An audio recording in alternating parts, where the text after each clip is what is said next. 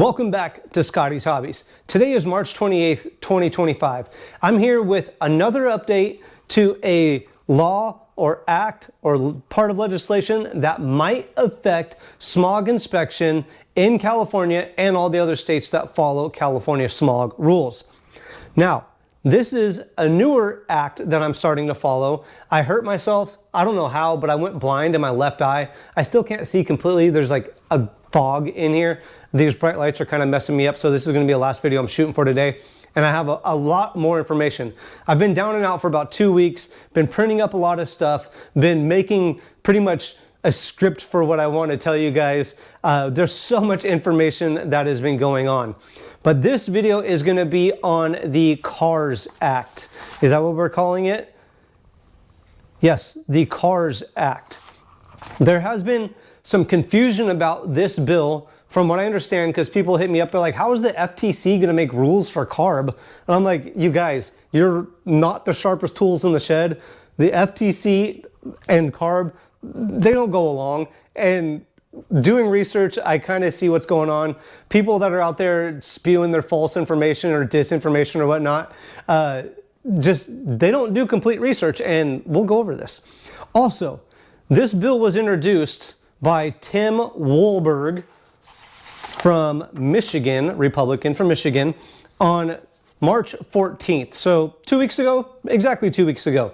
This is to amend the Clean Air Act to ensure that tailpipe regulations do not limit the availability of new motor vehicles. So pretty much what this bill is going to do is make sure that gas-powered vehicles or internal combustion vehicles are still going to be available for people to buy. Not that the EPA is going to be able to mandate what you have to buy, such as an electronic vehicle, an EV vehicle.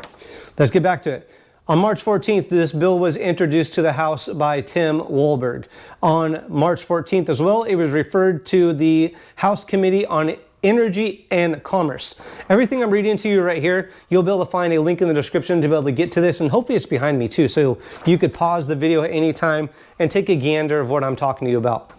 Now, yesterday, on March 27th, Tim Walberg made a speech on the Congress floor, on the House floor. That speech was entitled, "Put Consumers Back in the Driver's Seat." I have it all printed up right here. I have his whole speech. He requested a minute to just let people know, to let the House of Reps know what this bill is about and try to gain some support on it. So let's go ahead and listen to that speech right now.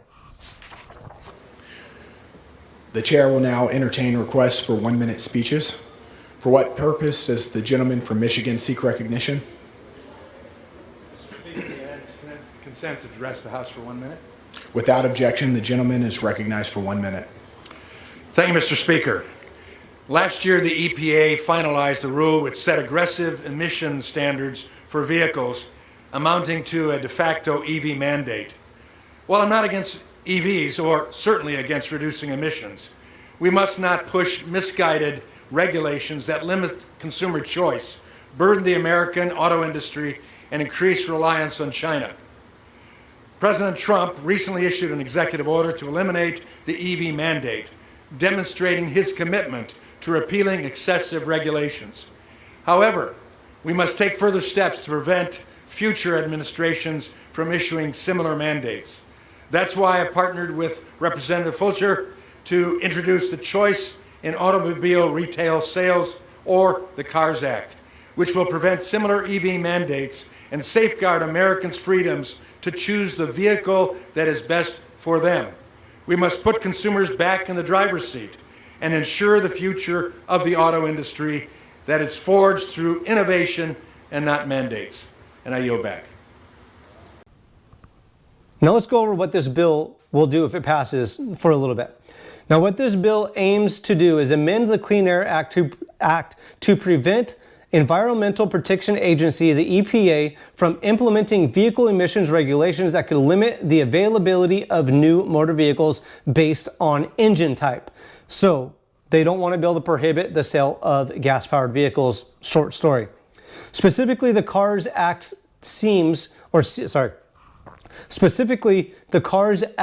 seeks to prohibit the EPA from issuing regulations that mandate the use of specific technologies or restrict the availability of new motor vehicles based on their engine type. Per se, California can't say there's no longer a gas-powered ban or internal combustion ban in 2035 if this passes. Require the EPA to update any existing regulations that result in limited availability of new vehicles due to engine type within 2 years.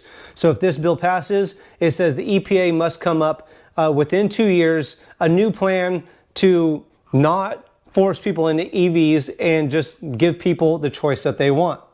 If enacted, this legislation would ensure the consumers to retain the freedom to choose from a diverse range of vehicles, including those powered by internal combustion engines, rather than being steered predominantly toward electronic vehicles due to regulatory measures. So again, like I said, the gas ban will not be able to become effect if this passes. Now, remember I mentioned earlier the FTC CARS Act.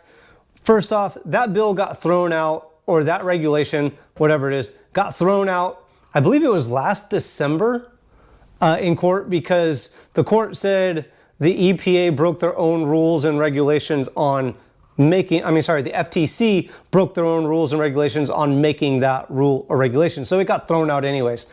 But let's see, let's cover this real quick. This is what I figured out while I was doing some research.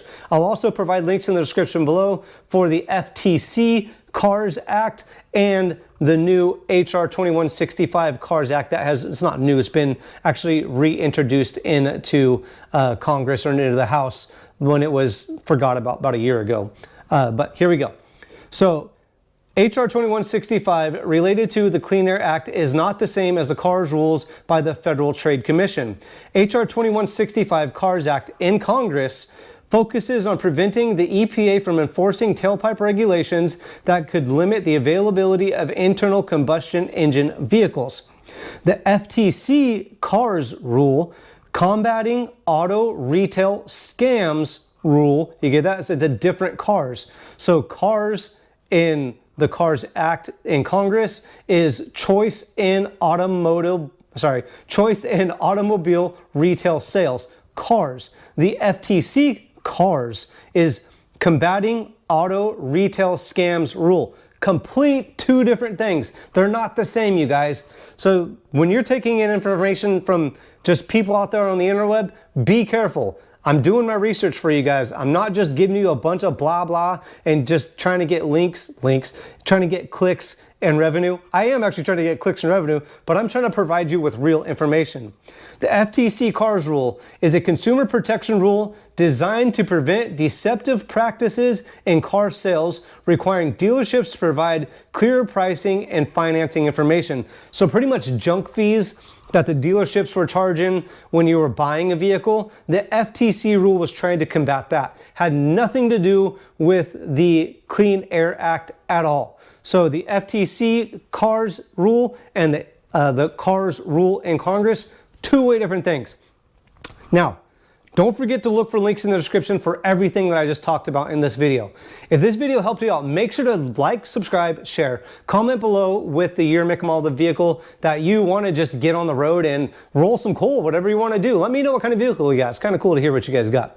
Don't forget to hit that bell so you get all my latest information or update on information when I do come out with new stuff. And I should be pumping out new videos on Transportation Freedom Act, the Stop Carb Act, this CARS Act, everything that's out there, SB 712 in California, everything that's going on, I am going to be making updated videos on that. My eye still is bothering the heck out of me, but I appreciate you guys staying tuned in, commenting all these videos, liking all these videos. It helps me out in the algorithm, and hey, you know what? It helps me take the kids on vacation. So I appreciate you guys. Hopefully just as much as you guys appreciate me putting my time and effort into going in and researching all this. Thanks for checking out Scotty's Hobbies, and I will see you guys on the next, hopefully helpful video.